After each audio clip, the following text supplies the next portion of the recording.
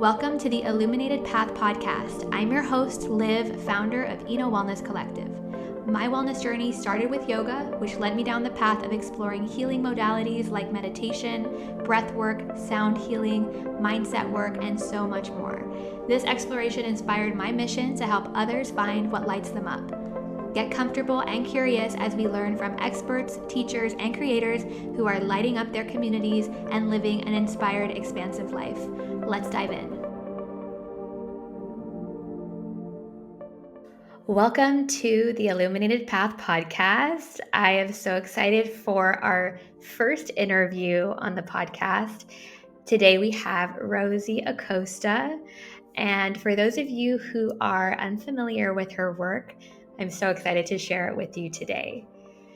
Rosie is the author of You Are Radically Loved, A Healing Journey to Self-Love, an amazing book for those of you who haven't read it yet.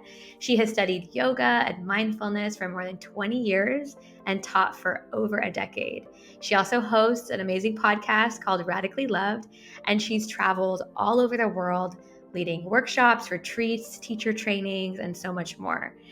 Rosie works with a wide range of students, from those in her East Los Angeles community to Olympic athletes, NFL champions, NBA All-Stars, and veterans of war. She is a first-gen Mexican American, and her mission is to help others overcome adversity and experience radical love. She's been featured in Yoga Journal, Well and Good, Forbes, Entrepreneur, and the New York Post, and she currently lives in LA, in the Valley. We get into so many amazing topics in our conversation, everything from her upbringing in East LA, how she became a yoga teacher and then went on to lead retreats. We talk about her book, lessons that she's learned just in this entrepreneurial journey, and importantly, how she puts all of it into work, mindfulness, presence, how she integrates. So I hope you enjoy this episode. Let's dive into it. Thank you for being here. Thank you for being our first interview. Thank you so much for having me. I mean, it's such an honor, and I love you so much and your community. Like, keynoting at that Ena Wellfest was I don't even know that we've talked about that experience, but I'm curious for whatever. I'm not going to start interviewing you because that's where I'm going. I'm like, I have so many questions for Wait, you. whose podcast is this? No. No, but it was such a beautiful experience. For me, because it had been the first event that I'd done since the pandy, right? Mhm. And it was I had no I had no expectation, I try to kinda live my life in this don't have expectation. I was so moved by your community, by everybody there. I mean, I don't think that there's any festival that's ever gonna be able to top it, you know? And that was our first one, like when I reached out to you, the power of a DM. I'd been following you for a while. I'd been following your work. And when I was thinking about the keynote, I was like, I'm just going to reach out to her in the DMs. I'm not sure if she checks her social media, if she's the one managing it, right? But I'm just going to reach out and put it out there. And I feel like I remember you responded right away and we're so excited. And yeah, I didn't know how the event was going to go as well, right? So it was the first event. We put a lot of effort into it, but you can plan all you want, and then when people start arriving, it's a piece of it is the energy that comes through the door.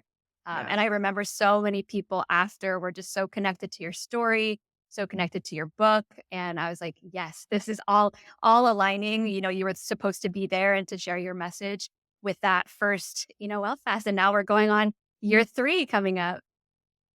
This is so wild. And again, it really is a testament to the work that you're doing. I mean, I really hope that you use this podcast to highlight those things that you're creating, because I think it's so important for people to know that. I mean, what you're doing, the community that you've cultivated is so powerful and so needed. I mean, I'm telling you right now, I can remember every single conversation I had, during those workshop sessions and people, asking me to sign their books and just kind of telling me a little bit of their health journey. It really is so, so powerful, So I'm inspired by you. I think what you're doing is incredible, and yeah, I really I'm so excited to continue to see the growth as well.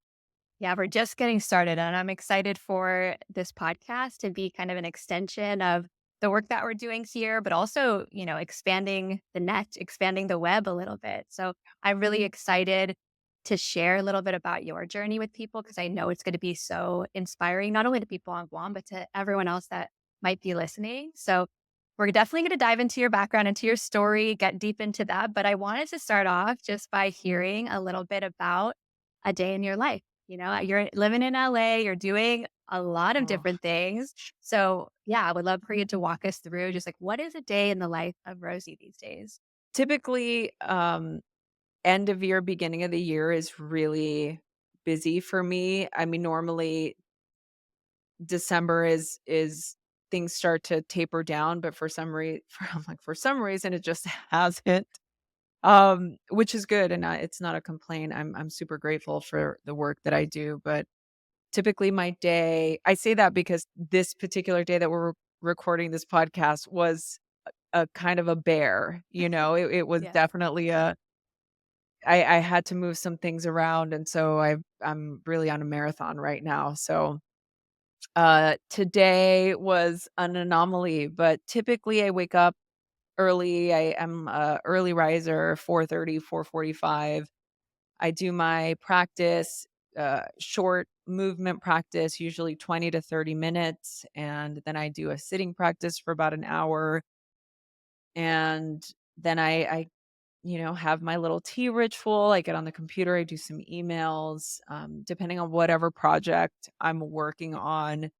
I guest host a couple of podcasts for Headspace, Radio Headspace, Dear Headspace, um, the Radically Loved podcast, my podcast that I've been doing since 2016. And I'm currently writing my second book. So that's really Exciting. exciting.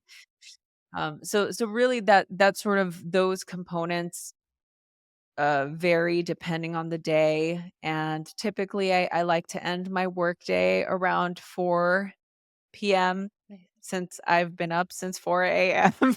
Usually by typically actually by 2 to 3 o'clock, it's my feeling like my end of day. And yeah, usually I go for a little walk around my block, just move my body, get outside, and I start to wind things down. I make some dinner, and usually I'm in bed by 7:30 and in deep sleep by like 8 o'clock. Amazing. Yeah. Amazing. A I'm day in the life. It's not exciting at all. I mean, I play with the dogs a lot. The dogs get romps every 90 minutes or so, you know?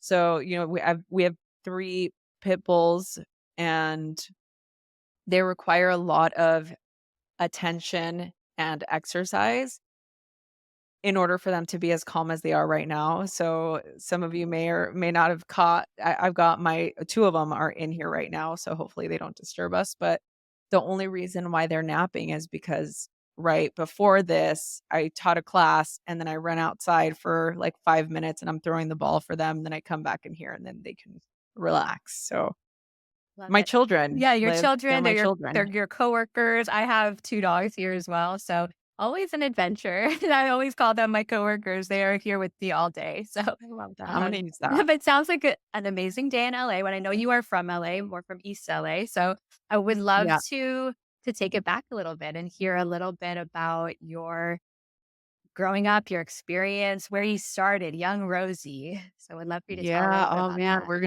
Yeah, gonna do go the way back, rewind. way back. Okay. Yeah, so I grew up in East LA, 80s and in the 80s and 90s. I love Los Angeles so much. It's such a part of the fabric of who I am. And, yeah, I mean, I'm first gen Mexican American. My parents lived in a not great neighborhood in East LA, and it didn't take very long for it to get overrun by gang violence, and uh, that was the environment. It was very chaotic. I grew up during a time, in the between the 80s and early 90s. called the Decade of Death. It was so gang violence was so rampant during that time. There was a lot of gang wars going on, and we lived in this housing unit that bordered two rivaling gangs. So we did experience a lot of drive-by shootings and a lot of chaos, you know. So what I always like to tell people is when you grow up in an environment like that, you don't know any better. You don't really know that that's chaotic. You just it's normal. It's an being in fight or flight consistently is it's normal.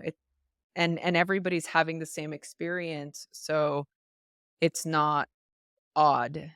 Uh, so that was the environment growing up. By the time I was a teenager, I was having severe PTSD um, signs. I was having severe panic attacks, and nobody could figure out why I was having the panic attacks. It was just sort of like this spontaneous thing that started to happen.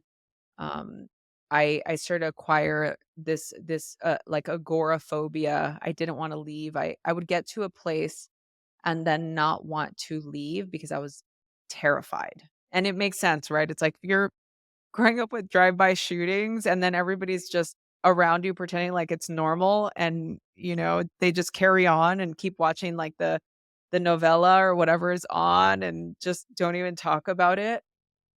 Um, it created this phobia, and so that sort of began to lead me down this path because I was self-medicating with, uh, you know, smoking a lot of weed and just kinda doing whatever would alleviate the anxiety. And, yeah, I ended up getting involved with the wrong crowd. I got arrested a couple of times, and the 3rd time I got arrested for, trying to steal a cop car, and that's sort of what that was my sort of scared straight moment, and it really helped me sort of change the the path that I was on because I really didn't wanna go to jail, even though it seemed like a rite of passage because a lot of my friends and family members, like, it was just it wasn't surprising, unfortunately. I've been working with this prison rehabilitation program, and it's kinda taking me into this full circle moment Definitely. where you know, I'm feeling very obviously compassionate, but I'm feeling really connected to the path that I chose and why I chose it. Because ultimately, you know, not to deviate from the story, but it really led me to the place where I am now because it was during that time being on probation. Fortunately, I didn't go to jail. If you want to read the story, it's kind of a funny one. You can read it in my book. It's the first 2 chapters, or you can listen to it on Audible. I can read it to you, but it led me down the path of finding yoga and meditation as a way to help placate what I was going through, and it really worked for me. And I thought it was like magic. You know, I'm like, this is magical. I mean, this meditation stuff is like a drug. I mean, it feels so good and my body feels I'd never felt my body before. Like I'd never felt what it felt like to be embodied until I was like 16 years old. You know, because up until that point the body was a vessel for fight or flight responses. So being able to go into a state of meditation and feel connected to who and what I was completely life-changing. It really allowed me to create a different view of my life, a different view because I didn't necessarily have a model to what a better life looked like. I just knew that what I was doing and where I was going wasn't serving me, right? So I think for me, it was more perspective. Like, take yourself out of your experience. How can it be better? Right. So So yeah, that really led me down the path. That was my humble beginnings of how I got started. Yeah, I know. And you're about on your website, you wrote that yoga offered me a ladder and I began to climb, which I love because it sounds like, that meditation, being able to drop into your body was really a game changer, which, I have a lot of people here that come to experience their first yoga class with me or their first meditation, their first sound bath, whatever it might be.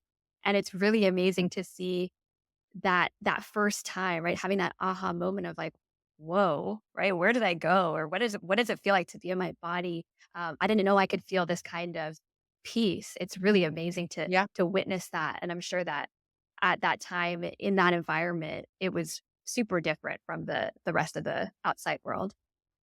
Yeah, and I think it's funny that you mentioned that because in fact that was one of the gals I talked to during that first INA festival. I was like so inspired by her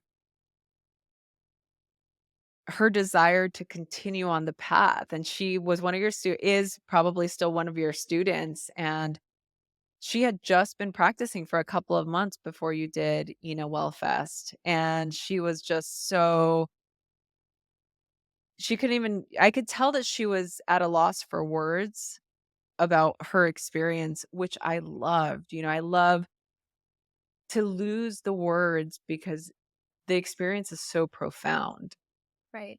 Right, and then right? being And able to I connect with just other people that know what they're talking about, like, you're like, "Yep, I know what you're talking about. I've yeah. been there in that part of my path." Is really, really amazing.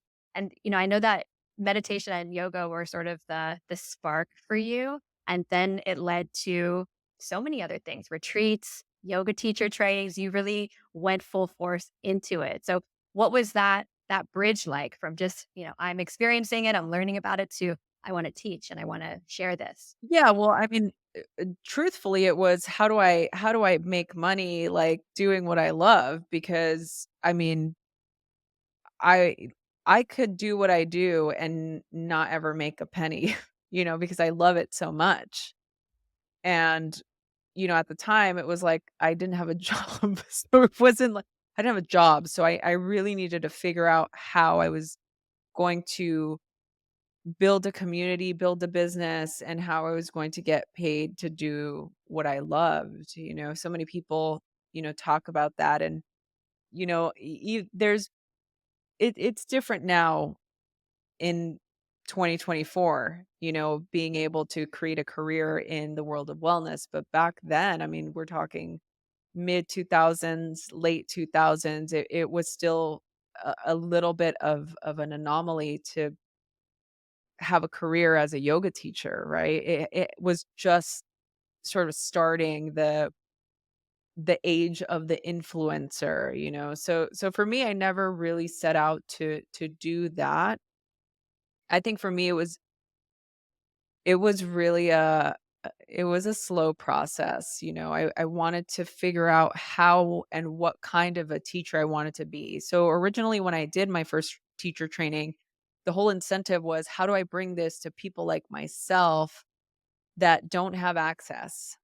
How do I bring this to people like me, people that are underrepresented, people that are not in the wellness space, people that don't even know that this is something that they can do that doesn't cost anything, right? So that was the intention. So I started doing like wellness, like yoga classes, like donation based type community led classes, and really started to get into that. And then I quickly realized that I needed to pay my bills and I wasn't going to be able to just do that forever. So I started applying at local yoga studios, and interestingly enough, I write about this in the book as well. My experience with there's a lot of um body dysmorphia in Los Angeles. And during this time, as a fitness person, I'm a curvy girl, so I wasn't the typical physiological archetype for the typical yoga teacher. And that became very clear when I started to apply to yoga studios in Hollywood and West Hollywood on the West Side. And fortunately, I was able to build enough of a reputation as a good teacher so that I was able to, you know, infiltrate some of those places after the fact. Um, and once I was able to do that, I think I just felt a little bit more inspired to do more and to want to create more experiences. Um, Tori and I, soon after that, moved to Portland for a couple of years. Just to, he was having a moment. He had just turned, this was 10 years ago. He had just turned 40 and really wanted to change. And I felt like I couldn't be an advocate for change if I wasn't willing to change myself. So we took the leap and we moved up there, and I had to start again from the beginning. And, I started subbing classes, and I was teaching like 20 to 25 classes a Wow. week. It was a lot. And, from 6 a.m., I was teaching all of the classes because, at the time, I mean, you were getting paid like $15 a class or something, or $10 a class, or, whatever it was, and especially in Portland. It wasn't like teaching in LA. Teaching in LA, you can, you know, do a lot better, than teaching in a tiny little yoga studio in Southeast Portland. Um, but that was the incentive to start more of a community because I wanted to do retreats, I wanted to do workshops, I wanted to figure out how to expand, my offerings, and that's really the how I started it. That's amazing. And I see that a lot with, teachers here or even teachers when I used to live in San Francisco. They start off teaching a lot, right? Teaching every day or teaching, multiple times a day. And that was really easy to burn out, right? To kind of lose that connection to teaching. So I love that you really took that and expanded it. I find here with the work that I do that people will come to a yoga class and then they'll be like, I want a little more, right? So maybe they'll come to an event and then from the event, maybe they're like, I want a little more. They'll come to a retreat, right? And maybe they come and become a coaching client down the line. So people are hungry for more than just the 60 minutes, on the mat.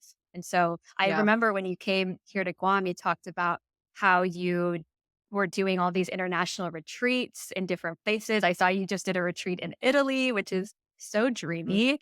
Yeah. And so, yeah, I wanted to hear a little bit about, why you connect to doing retreats and what your experience has been lately as your community has sort of followed you to these epic destinations. Yeah.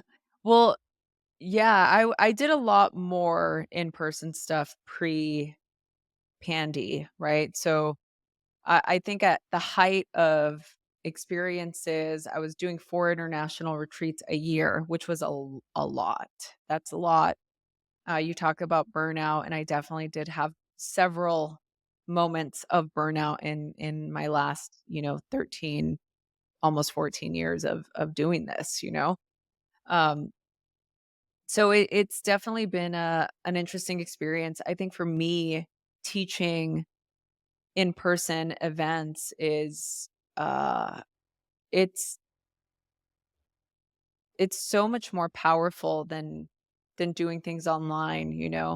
I shouldn't even say that because it's like the online thing didn't happen for me until 2020. I didn't have any digital media ever. Like I didn't teach any online classes, I didn't have any. I did do some stuff for Wanderlust, but I was never like a virtual. I never wanted to be. I wanted to be in person. My thing is like, let's go have an experience, let's get to know each other, let's be in community. And so I think for me that was always the biggest incentive to create a retreat experience because you really get to dive deep. I mean, there's only so much you can teach in an hour-long class. And or even a workshop, a couple hours, when you're able to really drop in with your people for days on end, in a beautiful location with, you know, great guides and great food and, beautiful surroundings. It just really creates an immersive experience. So I've always learned more when I'm able to immerse myself in whatever I'm doing, right? So that's the way that I learn. So I feel like that's the way I like to teach. I like to have these really immersive experiences. And you mentioned that, yeah, I did a retreat in Italy last September, and it was I hadn't done a retreat in 3 years. So it was my first retreat back, so to speak, and it was just as magical as the first retreat I ever led. It was so beautiful, and the food was amazing, and my students were incredible, and it was just such a great moment. I mean, that's when you're in that space with people, I think it really helps cultivate and create a community as well. Absolutely. I always feel like the people who come together for the retreat, and I say this at the beginning, like opening and closing circle, it's like we'll never be here again, right? This group, this energy, even if the group comes back for the same retreat, they'll be in different places. They'll be working on different things. Yeah. So it really is such a energetic experience to come together. And yeah, what I find from a lot of people who have come to the retreats that I host is, they might love the workshops or love, the food or whatever, but it's more of like the format that they love. They're like, oh, I get like a mindful morning. I get to lay by the pool and reflect. I get to not have to think about what I'm going to eat next. Like all of just taking some of those layers down really allows people to dive in. So retreats are definitely my happy place. I'm heading to Bali in July with a group, and I can't wait. I would love to come to one of your retreats one day. So I'll be watching. Yeah, I mean, I definitely, I actually did have 2 different retreats scheduled for this year, but I think that only one is going to happen just with my schedule the way it is. I mean, it's hard because I wanna do it all, right? Like, I wanna be able to do everything, but I really have learned my lesson from the past, and I know when to, take care of myself. So so Definitely yeah, so yes, I would love to have you at a retreat. Are you kidding? That would be so amazing. amazing. Yeah, one of the things that stands out to me as I talk to different people in in the wellness world is everyone's path is a little, has moved or has shifted, or there's been people they met Yeah. that then changed the trajectory. That's kind of the whole reason I started the podcast, right? Was to hear people's stories of how the path isn't straight, right? You can Yeah. have these people that you meet that then change the course. So I would love to know about any teachers or mentors or people that you met along your path that really sparked like inspiration and even changed maybe the course of where you were going. Oh, wow. I would say that right now the work that I said this earlier, I'm doing, some volunteering work with a organization called Re-Evolution that focuses on rehabilitation for incarcerated persons.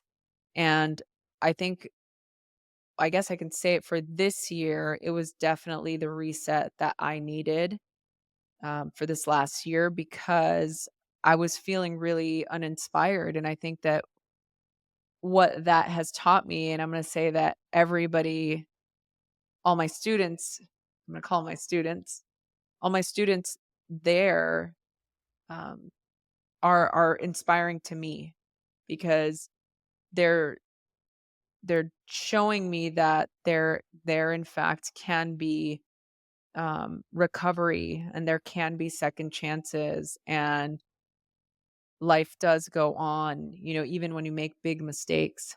And I think that 2022 and 2023, I made a lot of mistakes, in my business that I wish I could undo, but I'm also really grateful that they happened because I learned from them, and I know they'll never happen again. And I think that as an entrepreneur, you have these lessons that most often always cost a lot of money. And you learn, you can let it take you down or you can really get inspired by it. And so for me, I think a lot of my soul wanted to just heal from those mistakes that I made because I was really hard on myself. And I think going into doing the prison project really helped me put things back into perspective. And I think that that's a lot of the times what we need. I mean, obviously I have really great teachers that I follow and I've known for many years. I mean, my dear friend Tracy Stanley is incredible. Um, you know, Rod Stryker is incredible. I mean, Jen Sincero, New York Times bestselling author of You Are a Badass. Like, I consider her a mentor. She's incredible. I mean, all of these people that are actively in my life continuing to illuminate that path for me, um, are incredible, but I would say that mostly I think that what's illuminated my path as of late has been the mistakes that I've made, right? Because it's what's allowed me to keep moving forward and not feel discouraged by it and not let it take me down, you know? Definitely. Yeah, I'm going into year 4 being an entrepreneur, having my own business, and I do know or realize how it is one of the biggest personal growth journeys to be on, to own your own business, to be your own Yeah, boss, and it definitely brings it all up, right? Whether it's something as simple as what are you gonna charge for this event, to yeah, working with clients and setting boundaries. Yeah, there's so much that comes up, and there's definitely themes. Like, for me, my theme that's come up for me over the past couple years has been people pleasing, right? And kind of letting go of those people pleasing, people pleaser in recovery. And, wanting to say yes to everyone, wanting to support everyone and be accessible to everyone. That has been kind of a theme for me of slowly focusing and also, yeah, letting go of some of those expectations. I would love to know if there's a theme that's come up in some of those kind of what you said, mistakes that have happened. Is there a theme that comes up for you? yeah, there's a theme. I'm overwhelmed, I wanna throw money at the problem, and it always just do you understand? It's Yeah, like, you know, there was I felt like a couple of in different kind of areas. I'll give you an example of for my book launch. My book came out in February of 2022, and it's like a little too little too late. I learned the lessons, of course, after the fact. I didn't know as a first time author that there was all the groundwork needs to be done basically before you even write the book. And in a way I knew that just as somebody who's been in the space for as long as I have, um, but you don't really know what it's gonna be like until you're in the situation, right? And I I felt like I should have trusted my gut more instead of just trying to do what other people were doing, like hiring a PR company and, doing an abundance of podcasts and just kind of doing the thing that you do when you launch a book. uh I spent so much money on trying to promote a product that was already out, and it was like not the right I didn't do it in the right way. And I wish I would have had a little bit more guidance on how to do it, and I wish I would have trusted my intuition about not spending money with certain people when I knew intuitively I knew it was not going to result in the way that I wanted it to, but I was also really overwhelmed and it felt like a life raft in that moment. And like I said, I'm glad I took it. I'm glad I did what I did. I'm glad that, you know, I flushed a bunch of money down the drain. And like, you go through that experience of, I woulda had more fun watching that money burn in my backyard. Like, it would've been more fun to do that than what I did. But it's a good lesson. I'll tell you right now, I won't do it again. Right, And the you're in great book thing number about that 2, writing book number 2 yeah. right now, right? Yeah, and I'm in book number 2 now, and I'll tell you, like, the process is so much easier now that I understand how it works, and I understand the strategy I want to take, not the strategy that people are teaching or selling products for or whatever. Like, I'm going to take the path that I'm going to build for myself, and it's gonna be great, right? So I think that that was definitely the reoccurring theme. The reoccurring theme was, "I'm not listening. I'm not listening." And now, especially for this year, I'm listening, and I'm paying attention, and I'm gonna do my best to not repeat the same mistakes. Definitely listening to your intuition, knowing that it's guiding you. I actually have your book with Yeah. me here. It's near my desk always. So when I was like, I'm gonna grab the book for the podcast, I was like, I already have it right here. Oh, I that's love it. great. It's when I remember getting it, in the mail before you got here, and the timing of you coming out to Guam and launching the book and speaking about it was just so perfect. So for those of you who are listening who don't have the book, grab it. You can grab it on Amazon, Audible, all different places to grab it. But I would love for you to share a little bit about the title, the theme, "You Are Radically Loved." Tell us a little bit about how that title came about and kind of what it means to be radically loved. Yeah, thank you for that shameless book plug. The title of the book was pretty easy. It was almost like the title came first and then the rest of the story came later. I think for me, the first experience I had that I talked to you about, I didn't when I first tried meditation, it wasn't a great experience for me because I had a really hard time.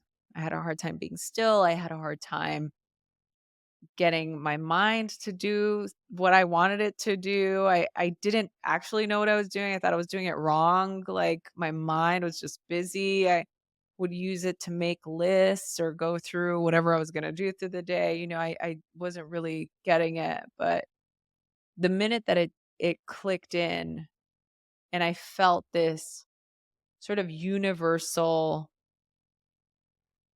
connection. I think the best way to describe it, and I talk about it in the book a little bit. I don't really go I did go deep into it, but I think it got a little too esoteric for my editor, so it got cut out.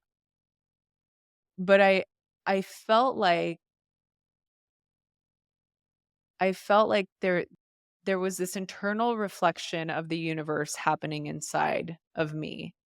Like, I felt like I was the universe manifested in human form, and then I felt like we all are the universe manifest in human form, and I just felt such a deep love in that moment, and it was almost just this, like, recognition.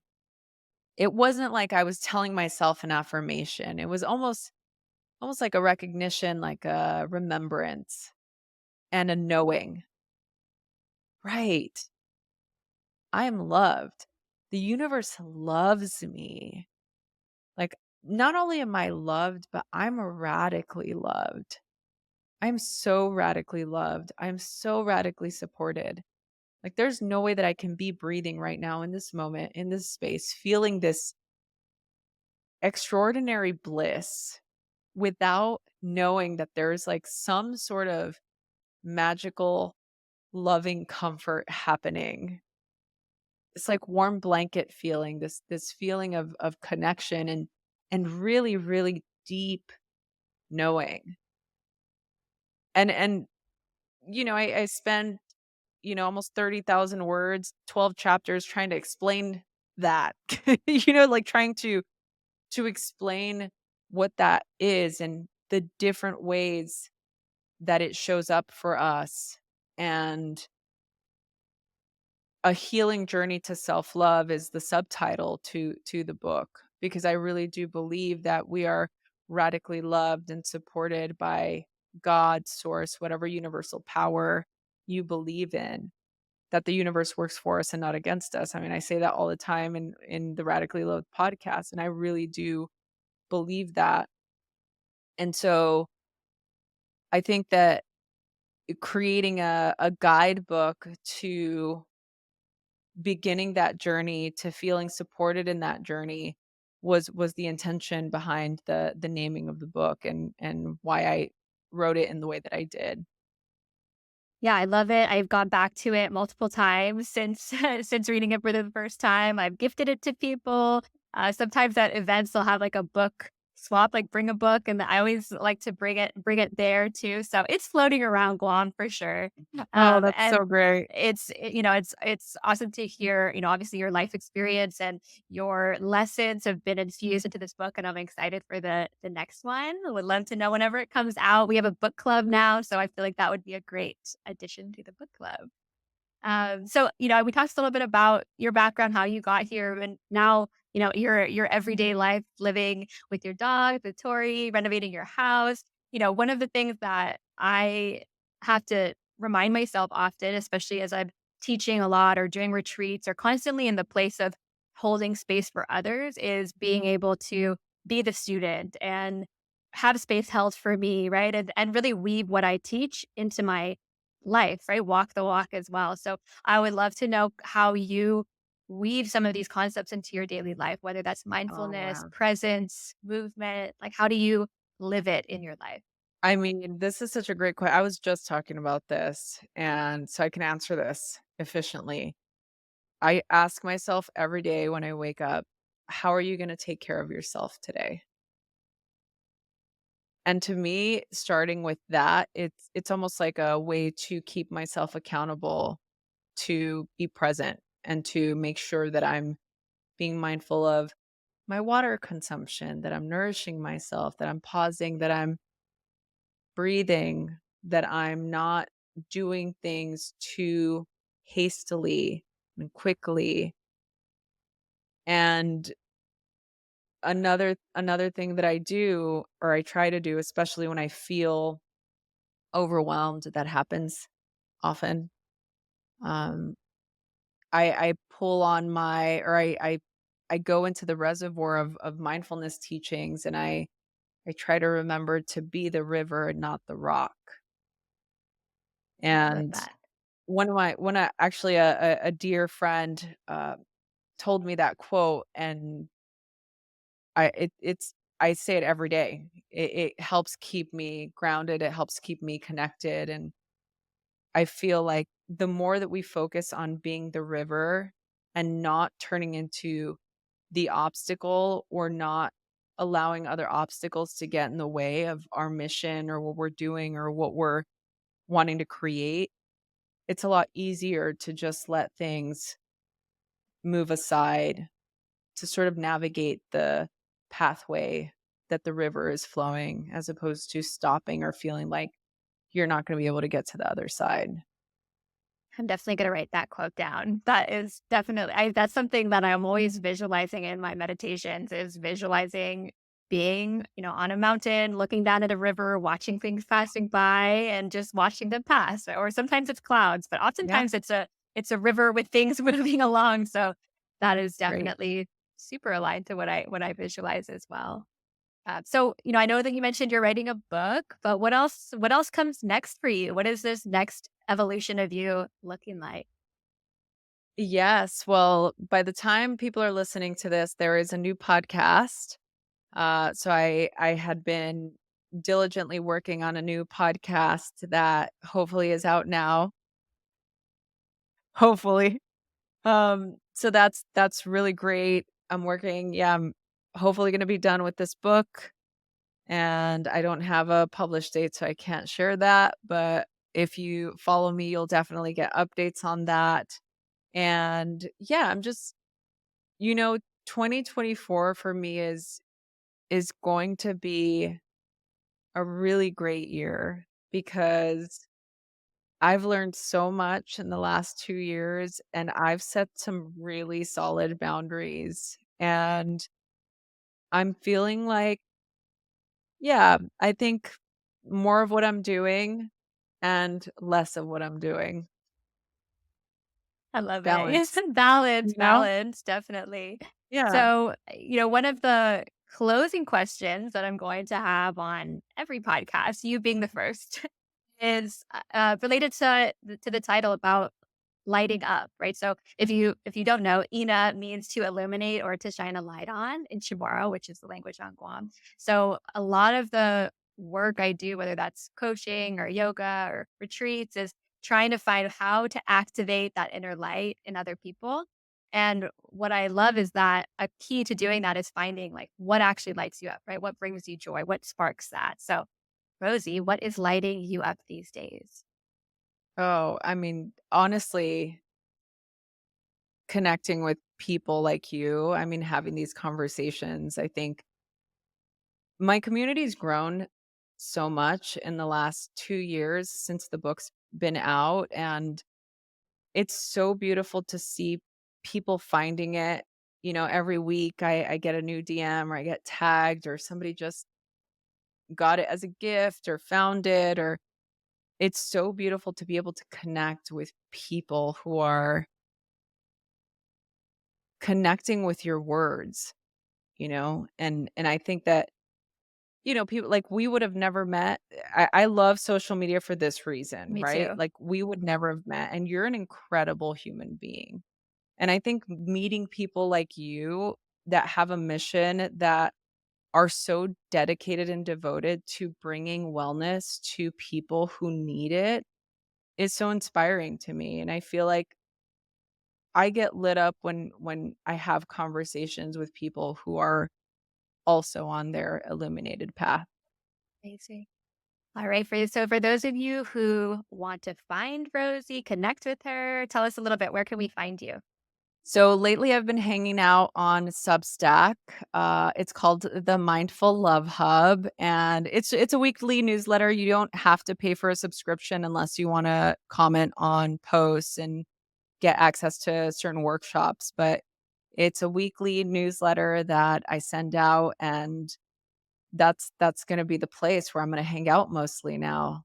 Just And you can go to radicallylove.com if you want to get information on trainings, retreats, any workshops, any other things. You can just go to radicallylove.com.